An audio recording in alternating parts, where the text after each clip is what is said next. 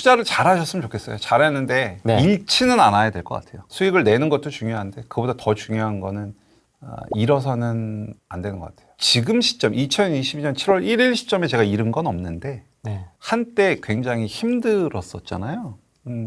제가 첫 번째 투자가 지난번에 얘기했다시피 재건축 아파트라고 말씀을 드렸었고 그게 제가 산 가격보다 40% 정도 떨어졌었고 저는 그 아파트를 사기 위해서 모든 영혼을 끌어넣었었고 그리고 이사까지 갔고 경기도 외곽으로 그러면서 하루에 대중교통 8번을 타고 출퇴근을 했고 그런데 제가 산 아파트 값이 계속 떨어지고 있고 나는 월급 받아갖고 대출 이자를 막 갚는데 급급하고 그걸 다 때려놓고 있는 거지. 다 때려놓고 더 불행한 거는 아파트를 팔고 싶어도 못 팔아. 왜냐하면 팔아도 대출금을 못 갚으니까요. 아파트를 팔아도 대출금을 다 못 갚을 정도로 떨어졌으니까 계속 대출 이자 내고 있고 그러다 보니까 저는 이제 수익의 크기도 되게 중요한데 저는 항상 이게 얼마나 안전하냐 근데 이 시장, 이 썩빌 시장 자체가 안전한 시장은 아니거든요.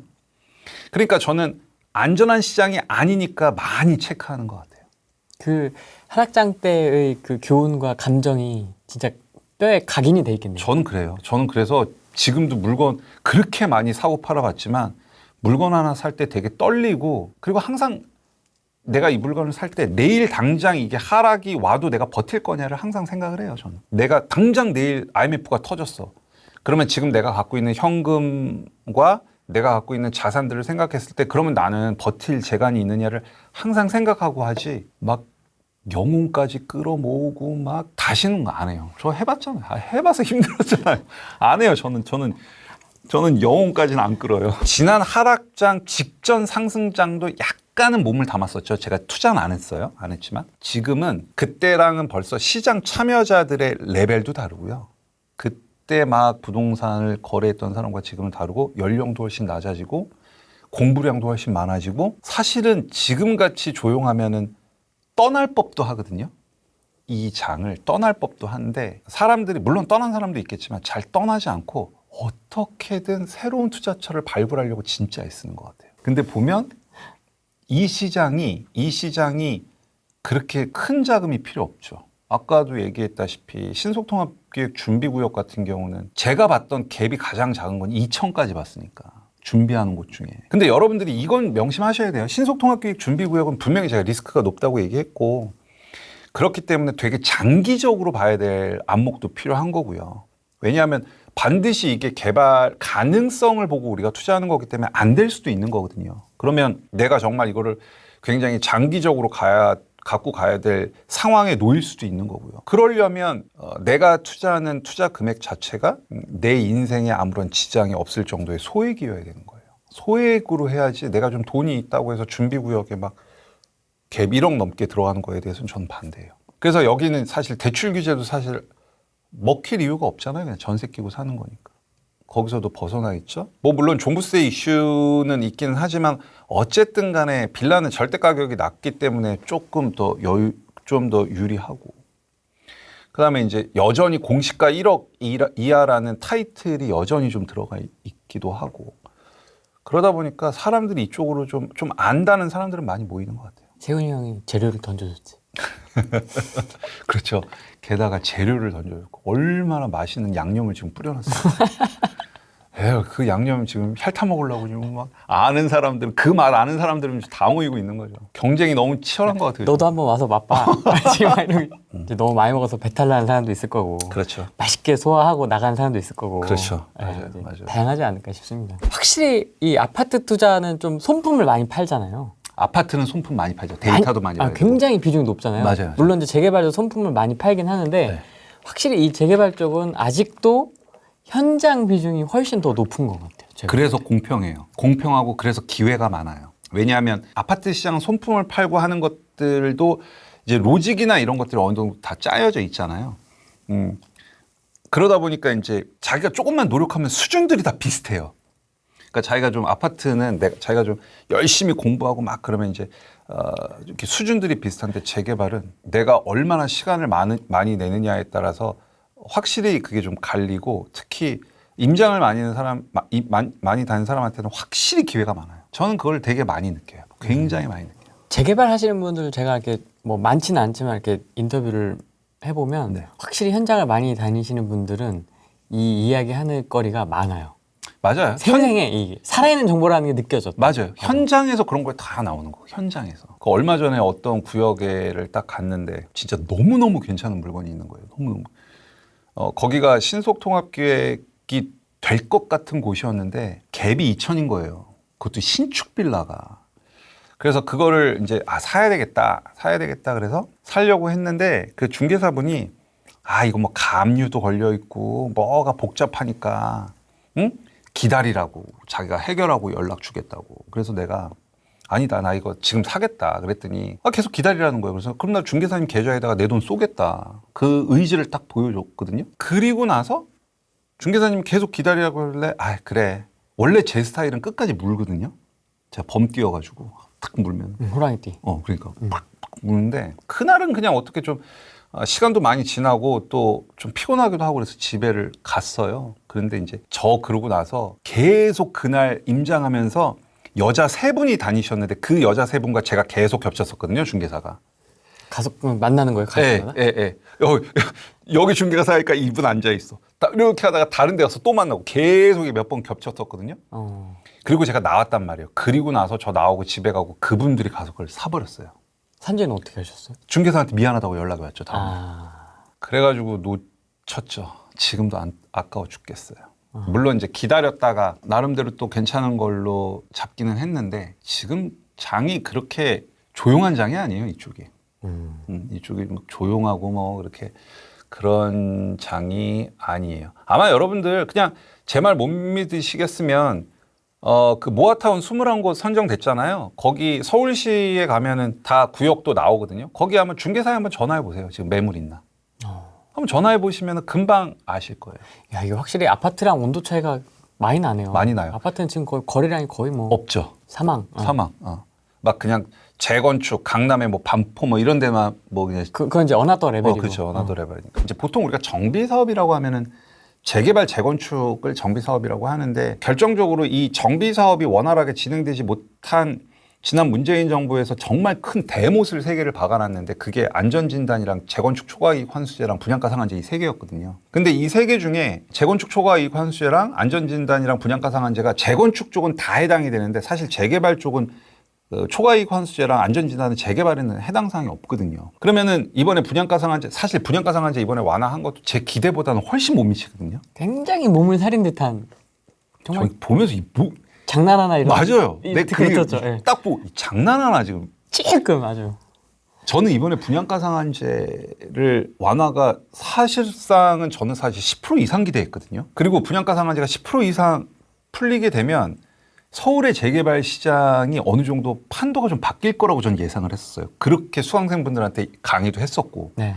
그래서 어느 지역부터 왜 오를 수밖에 없고 그게 어떻게 퍼져나갈지 사실 지난 방송에서 제가 이 얘기를 했었는데 생각보다 분양가 상한제가 너무 안 풀려가지고 약하게. 그렇지만 어쨌든 제스처를 취하긴 했고 근데 이제 잘 생각해 보면 이번에 어제 그 규제 지역 완화하는 것도 네. 아직까지는 불안하거든요. 서울 막 이렇게 풀어주기 불안하거든요. 잘못 풀었다 확 달아오르니까 그거는 아직도 정부가 주택시장이 안정됐다라고는 판단하지 않는 거고 그래서 그냥 제 생각은 이 재건축 규제를 완화하는 건 그렇게 쉬울 것 같진 않아요. 그러니까 재건축이 나쁘다 이게 아니라 실제 재건축을 통해서 공급이 되기 위해서는 제초안도 건드려줘야 되고 안전진단도 건드려줘야 되고 뭐 이렇게 돼야 되는데 지금 정부에서는 이거를 건드리기에는 왜냐하면 이거를 딱 건드리는 순간 KB 아파트 매매 지수가 달라질 거거든요. 그렇죠. 이 그러면 우리 보면 다들 주택 시장이 오르네 내리네 보면 다 KB나 한국부동산원 시세 가지고 하잖아요.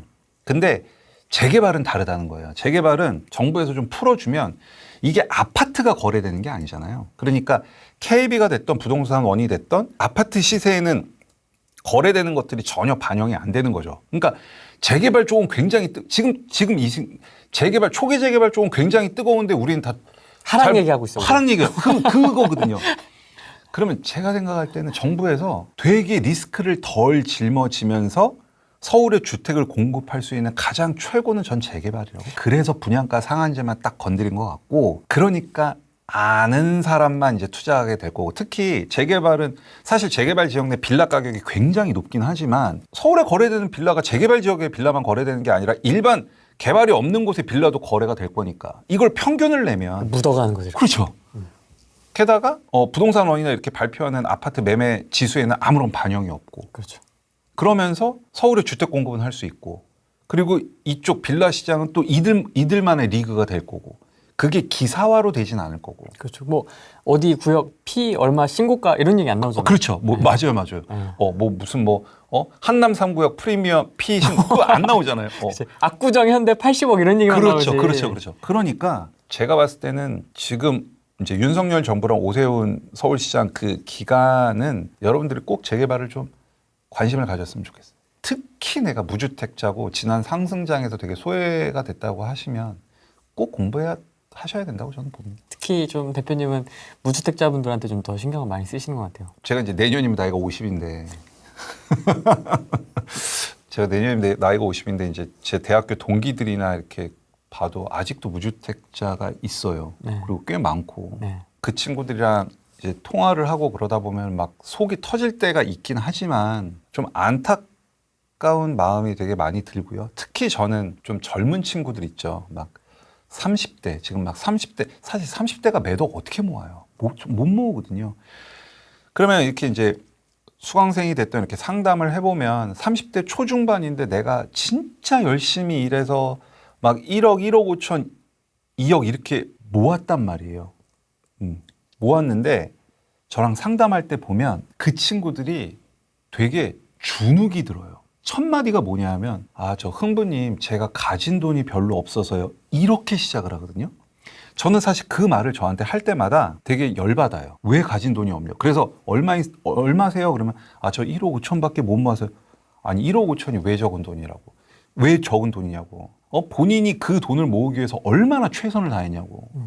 그 돈은 정말 큰 돈이라고. 그 현재 위치에서 최선을 다한 거죠. 최선을 다한 거고 그 돈은 정말 큰 돈이라고 그렇게 생각하지 마시라고 항상 저는 얘기를 하고 시작을 하거든요. 그런 분들을 좀 많이 도와드리고 싶어요. 제 진심이에요. 진짜로 그 30대 초중반 그다음에 뭐 30대 후반까지 내가 진짜 열심히 노력해서 모은 돈을 좀 잘 활용할 수 있게끔 도와드리고 싶고, 근데 또 당부도 하나 드리고 싶어요. 예를 들어서 내가 매달 버는 돈이 300만 원이에요. 그러면 내가 그 300만 원을 벌기 위해서 얼마나 노력하냐고요. 내가 아침 9시부터 저녁 6시까지 회사 가서 하루 종일 일하고 회식이면 회식 참여하고 주말에 부장님이 등산 가자 그러면 등산 따라가야 되고. 진짜 등산 가보셨어요? 저는 많이 가봤는데 요즘도 하나? 그거 모르겠어요. 저는 제가 주니어 때 사원 대리 때 등산 진짜 많이 따라갔거든요. 저희 부장님 맨날 가자 그래서. 진짜 그 세대구나. 와, 미쳐버린 거예요. 주말에 무슨. 그럼 그거 가면 하루 더 주는 건 아니잖아요. 휴일을. 그걸 왜 줘요? 그러니까요. 그것도 보면은 이상하게 부장님들은 다 다리통도 굵어. 등산 진짜 잘해요. 막 앞에 가. 그러면 그냥 꾸역꾸역 따라가서 짐 짊어지고. 게다가 또 등산도 보면 부장님들이 항상 일요일날 가. 토요일도 아니고. 차라리 토요일이면 다음날 쉬지. 그럼 일요일날 등산 갔다 내려오면서 막걸리 먹어. 그러면은 알딸딸해서 집에 들어오면 7시, 8시예요. 그리고 나서 그러면 생활 패턴도 깨져. 그렇죠. 그리고 다음날 월요일날 출근이야. 얼마나 짜증나는데요. 부장님 저는 못 가겠습니다. 이런 거. 저 교회 가야 됩니다. 큰일 나요. 회사 그만두라고 그러죠. 인사고과 다 포기하면 모를까. 그래서 여러분들 그렇게 힘들게 정말 내가 월급 300 받아서 한 푼도 안 쓰고 그 300만 원 다 적음해도 다 적음하면 5년 동안 모으는 게 2억이 안 되잖아요. 그렇죠. 근데 저는 보면 내가 한 달에 300 벌기 위해서는 그렇게 열심히 살면서 그 2억 투자할 때는 너무 노력을 안 하는 것 같아요. 그러네요. 전 그걸 너무 많이 느껴요. 예를 들면 내가 2억을 투자하려고 그래. 근데 2억을 투자하면 뭐 예를 들면 여기 임장 가서 이걸 한번 확인해 보세요라고 얘기를 하면 회사 일이 바빠서 안 된다는 거예요. 저는 그 말을 들으면 이해가 안 돼. 그 회사를 5년 동안 내가 미친 듯이 충성을 다해서 모은 돈이 2억인데 그 5년 동안 내가 모은 돈을 투자할 때는 거기를 확인을 안 한다? 이게 정상인가? 라는 생각이 저는 많이 들어요.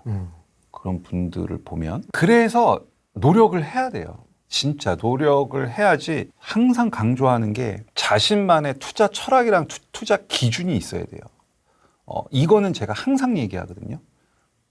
왜냐하면 나만의 기준과 나만의 철학이 없으면 상승장에서는 다 묻어가고 편하게 가지만 어떤 위기가 닥쳤을 때 그 위기를 견뎌내고 극복하는 게 내 철학이 없으면 정말 힘들어요. 부동산이 됐던 주식이 됐던 그 뭐가 금이 됐던 뭐 달러가 됐던 내가 뭔가를 투자를 할 때 예로부터 발생될 수 있는 리스크가 뭔지 그리고 그 리스크가 터졌을 때 나한테는 어떤 데미지가 있는지를 꼭 체크하고 그게 터졌을 때 내 대안이 뭔지는 여러분들이 그걸 꼭 대비를 하셔야 돼요. 그런 기준 없이 투자를 하면 진짜 힘들어질 수 있거든요. 제가 그랬듯이. 보통은 그 앞단만 생각을 하거든요. 그러니까요. 살까 말까 뭘 살까 정도까지만 예. 생각을 하죠. 전 그게 되게 답답해요. 그 어리신 분들 보면 그냥 막 다 포기하고 그냥 뭐라 그러죠? 막 그냥 있는 대로 다 쓰는 거를 욜로라 그래요. 역시 옛날 사람이라 잘 신세대 용어를 잘 모르시는. 잘 몰라요.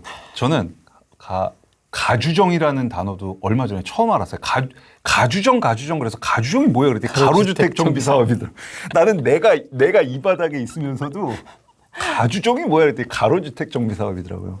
X세대라. X세대라. 우리 다주택자분들 2022년 2022년 하반기 이제 투자를 어떻게 하면 좋을지 조언을 해주신다면. 뭐 다주택자 분들은 다 알아서 하실 건데 제가 일단 다주택자고요. 뭐 오늘 하루 종일 말씀드렸지만 향후 한 3, 4년 동안의 메인 테마는 저는 재개발이라고 보고 있고요.